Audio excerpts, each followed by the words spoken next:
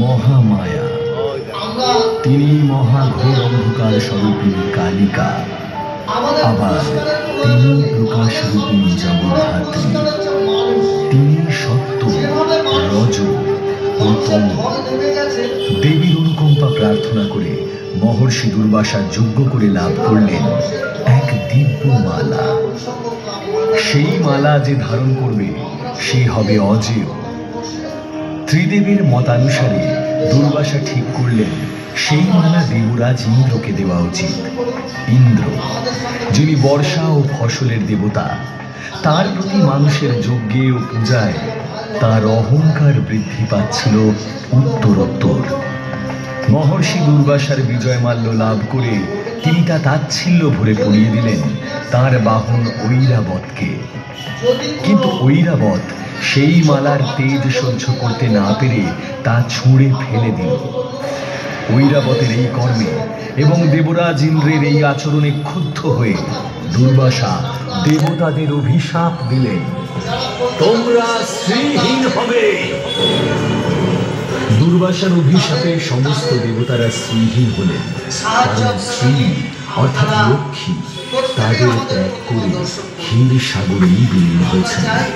এমতাবস্থায় শ্রী বিষ্ণু বললেন, দেবতাদের শক্তি ও শ্রী ফিরিয়ে আনতে হলে করতে হবে সমুদ্র মন্থন।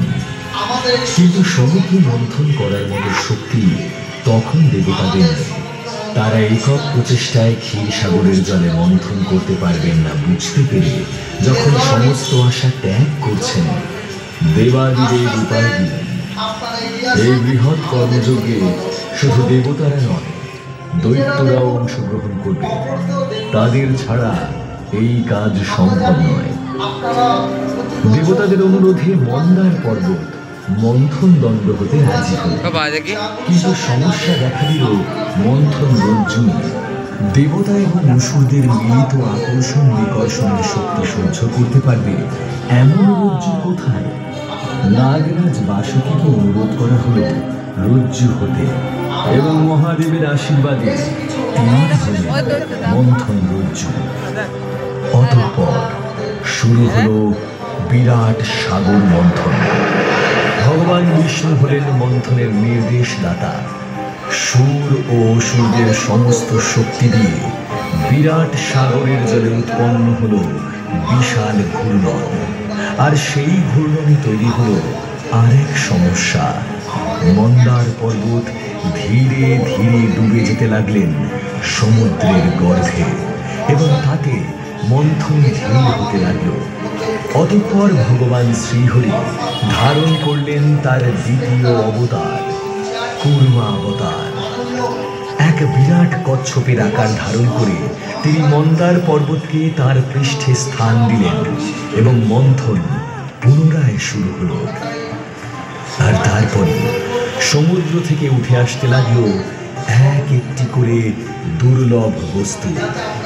চন্দ্রদেব, কল্পতরু, পারিজাত, কামধেনু, উচ্চৈশ্রবা, ঐরাবত, নানাবিধ রত্ন মণি মাণিক্য, অপ্সরাগণ, দেবী বারুণী, কৌস্তভমুনি, পাঞ্চজন্য শঙ্খ, কৌমুদকী গদা এবং দেবী লক্ষ্মী। এইসবে উৎসাহিত হয়ে আবার চলল সমুদ্র মন্থন।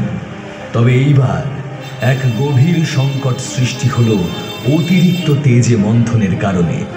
নাগরাজ বাসুকীর শরীর থেকে নির্গত হওয়া বিষ সৃষ্টি করল কালান্তক গরল হলাহলে, যার প্রভাবে সমস্ত সৃষ্টি, দেবতা এবং অসুররা ধীরে ধীরে স্থিমিত হয়ে পড়েন। সৃষ্টিকে ধ্বংস হওয়ার আশঙ্কা থেকে মুক্ত করতে ব্রহ্মা দেবাদিদেব মহাদেবকে অনুরোধ করলেন, এবং ভোলা মহেশ্বর তার অনুরোধে পান করলেন ভয়ঙ্কর কালকূট বিষ, যার ফলে তার কণ্ঠ হয়ে গেল নীলবর্ণ এবং তার নাম হল নীলকণ্ঠ। বিষের প্রভাব মুক্ত হয়ে পুনরায় মন্থন করার পর অবশেষে সমুদ্রের বুক থেকে উঠে এলেন ধন্বন্তরী, এবং সঙ্গে উঠল পরম বস্তু অমৃত, যা পান করলে অমরত্ব লাভ করবে যে কেউ। কিন্তু অমৃতের ভাগ পেতে দেবাসুরদের মধ্যে শুরু হলো প্রবল সংগ্রাম। অসুররা তখনও দেবতাদের চেয়ে বেশি শক্তিশালী, অতএব তারাই অমৃত ছিনিয়ে নিল। তাদের রাজা বলি বললেন, অমৃতের ভাগ আমরা দেবতাদেরকে দেব না।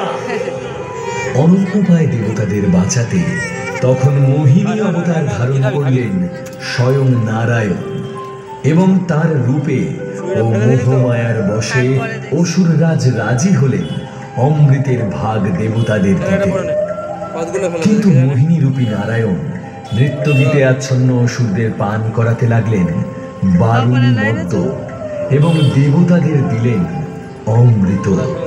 কিন্তু সরভানু নামের এক বুদ্ধিমান অসুর এই ছলনার আভাস পেল। সে দেবতাদের রূপ ধারণ করে অমৃত লাভের আশায় স্থান নিল দেবতাদের মধ্যে।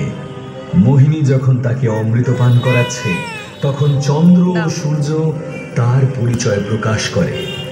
সরভানু অমৃত পান করে পলায়ন করতে সচেষ্ট হন, কিন্তু নারায়ণ তার সুদর্শন চক্র দিয়ে সরভানুর শিরচ্ছেদ করেন। তবে অমৃতের কল্যাণে সরভানুর মৃত্যু হয় না। তার শীষ হয় রাহু এবং শরীর হয় কেতু। কিন্তু এই ছলনার প্রত্যুত্তরে অসুররা আবারও দেবতাদের বিরুদ্ধে শুরু করে চিরন্তন যুদ্ধ। সে যুদ্ধ আলো আর অন্ধকারের, সে যুদ্ধ মায়া ও মুক্তির, সে যুদ্ধ মহামায়ার লীলা। 1 2 3 ছেড়ে